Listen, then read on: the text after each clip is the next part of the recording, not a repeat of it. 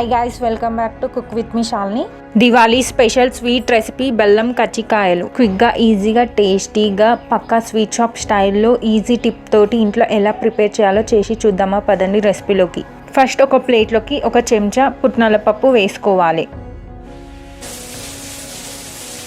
ఒక చెంచా పల్లీలు వేసుకోవాలి. ఒక చెంచా నువ్వులు వేసుకోవాలి.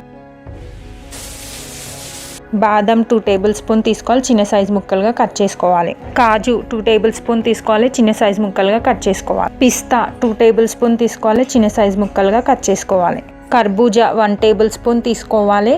ఇలాచీలు 4-5 తీసుకోవాలి స్వీట్నెస్ కోసం. ఫస్ట్ ఒక కడాయిలోకి పల్లీలు వేసుకోవాలి. లో ఫ్లేమ్లో పెట్టి వేయించుకోవాలి పల్లీలని. గోల్డెన్ కలర్ వచ్చిన తర్వాత ఒక ప్లేట్లోకి ట్రాన్స్ఫర్ చేసుకోవాలి. అదే కడాయిలోకి పుట్నాల పప్పుని వేసుకోవాలి. గోల్డెన్ కలర్ వచ్చేంత వరకు ఫ్రై చేసుకోవాలి. గోల్డెన్ కలర్ వచ్చిన తర్వాత ఒక ప్లేట్లోకి ట్రాన్స్ఫర్ చేసుకోవాలి. మళ్ళీ అదే కడాయిలోకి నువ్వులు వేసుకోవాలి. లైట్ గోల్డెన్ కలర్ వచ్చేంత వరకు ఫ్రై చేసుకోవాలి. గోల్డెన్ కలర్ వచ్చిన తర్వాత ప్లేట్లోకి ట్రాన్స్ఫర్ చేసుకోవాలి. ఇప్పుడు మనం వేడి చేసుకున్న పప్పులన్నీ మిక్సీ గిన్నెలోకి వేసుకోవాలి. 1 గ్లాస్ పప్పులకి 1/2 kg బెల్లాన్ని తురుముకున్నాను. పప్పులతో పాటు బెల్లాన్ని కూడా యాడ్ చేసుకోవాలి. మిక్సీ వేసుకోవాలి. మిక్సీ పట్టిన పౌడర్ అంతా ఒక గిన్నెలోకి వేసుకోవాలి. ఒక గిన్నెలోకి 1/2 kg మైదా పిండిని వేసుకోవాలి. చిటికెడు సాల్ట్ వేసుకోవాలి.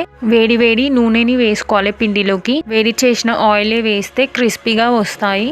ఆయిల్ వేయడం వల్ల కజ్జికాయలు అనేది క్రిస్పీగా వస్తాయి. ఇది మొత్తం కలుపుకోవాలి. ఆయిల్ కలిసేటట్టు కొద్దిగా వాటర్ యాడ్ చేసుకుంటా పిండిని కలుపుకోవాలి. చూపిస్తున్న విధంగా తాల్చుకోవాలి. పూరి సైజ్ అంతా తాల్చుకోవాలి. చూపిస్తున్న విధంగా స్టఫింగ్ ని వేసుకోవాలి. చూపిస్తున్న విధంగా పిండి వాటర్ ని అప్లై చేయాలి. చూపిస్తున్న విధంగా క్లోజ్ చేయాలి. చూపిస్తున్న విధంగా కట్ చేసుకోవాలి. చూపిస్తున్న విధంగా ఎక్స్ట్రాస్ తీసేసిన తర్వాత ఇక్కడ గ్యాప్ ఉంటే స్పూన్ తోటి ఇలా ట్యాప్ చేయాలి. గ్యాప్ దగ్గర పౌడర్ బయటికి రాకుండా స్పూన్ తోని ప్రెస్ చేయాలి. పర్ఫెక్ట్ షేప్ అనేది ఇలా ఉండాలి. ఆయిల్లో గోల్డెన్ కలర్ వచ్చేంత వరకు ఫ్రై చేసుకోవాలి.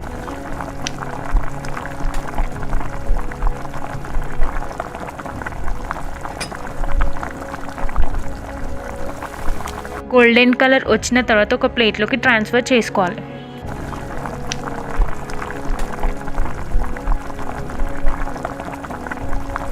మా ఛానల్ని సబ్స్క్రైబ్ చేసుకోండి, లైక్ చేయండి, షేర్ చేయండి, కామెంట్ చేయండి. మీకు ఏదైనా రెసిపీ నచ్చితే కామెంట్ చేయండి. ఆ రెసిపీని ట్రై చేస్తాం.